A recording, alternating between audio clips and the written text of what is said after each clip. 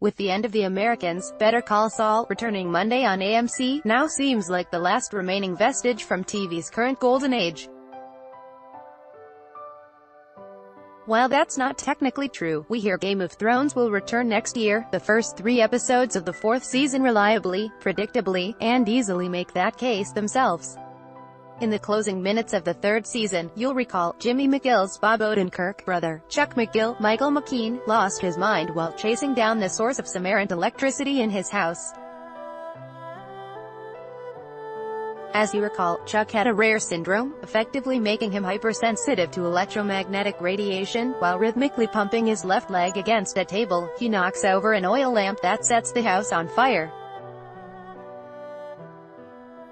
Chuck perishes in the blaze. The 4th season picks up as Jimmy starts to reimagine a future without Chuck or the law. In fact, a lawless future begins to assert its appeal. Meanwhile, law partner and lover Kim Wexler, Rhea Seehorn, attempts to make sense of the fallout from Chuck's death.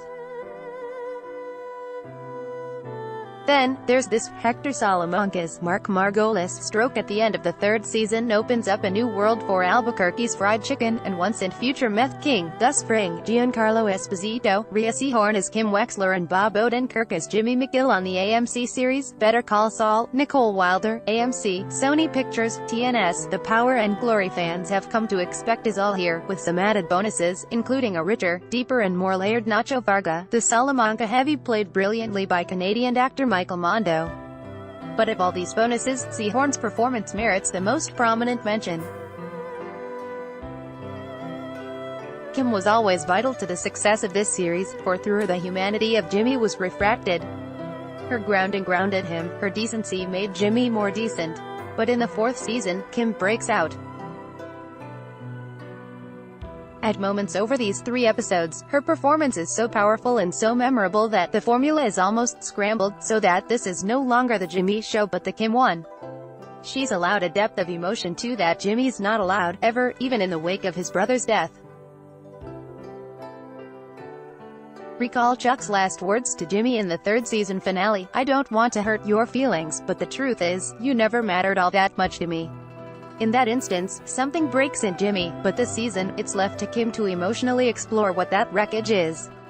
The article continued below. She does, and how, but a sadness comes with the performance because we know there's no sequel for Kim, no Breaking Bad callback.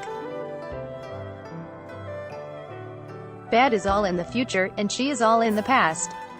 Her future absence makes Jimmy and, of course, Saul, more tragic. And speaking of callbacks, Saul begins those in earnest this season too. These aren't cheapo cameos to remind us of the show's ties to one of the greatest series in TV history. Each is organic to the story, each about character genesis. Of more importance, each is electrifying. Gus Stone-faced enforcer, Tyrus Kit, Ray Campbell, is back after a quickie re-entrance in the 3rd. The Salamanca cousins, Lionel, Daniel Moncada, and twin bro Marco, Luis Moncada, who were quite possibly the most fearsome figures in bad history, have also returned. Lydia Rodard Quayle, Laura Fraser, is back, and we learn more about the dynamics of her strange ties to Gus' new security chief, Mike Ehrmantraut, Jonathan Banks. There's another huge callback, and to say who would enter spoiler territory, but be certain to stick around for the closing minutes of the 3rd episode.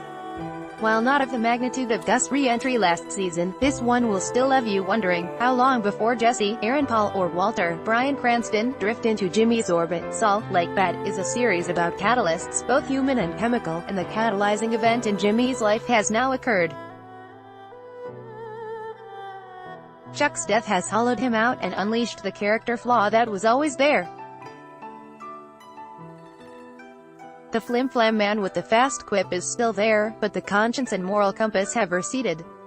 They're not at a vanishing point yet, that comes with Breaking Bad, but the fall has begun, and it won't stop until Jimmy Saul is swabbing those floors in a Cinnabon in Omaha.